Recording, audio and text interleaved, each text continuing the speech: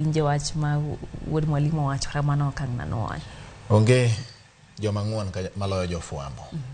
Nikech ibecho negi mane microphone mamargi gi kamera mamargi ma ginyalo loro ni to ging'wona gi wedi thuolo pod gima nyime giwuoyo. Adeni nyime nitie dwaro mar mondo Kenya ochak tiyo kod teko sitima ma okel iro maketho kor lwasi.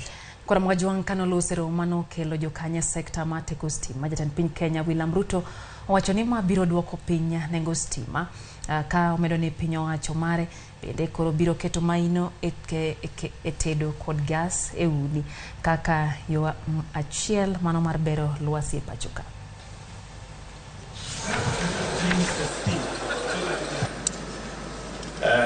It's also asked me, President, when we have the transition, and Karanja, who have been incredible partners, we're grateful. Welcome aboard. Nobody should have any doubt that it is possible for us to avoid burning our planet with fossil fuels.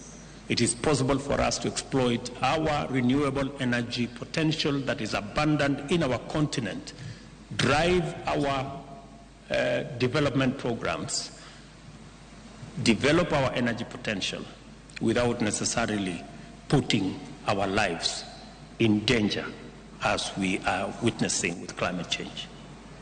Access to clean cooking is an important national policy priority and a fundamental component of our agenda. A bioenergy strategy has been formulated to guide the process towards universal access to modern cooking energy.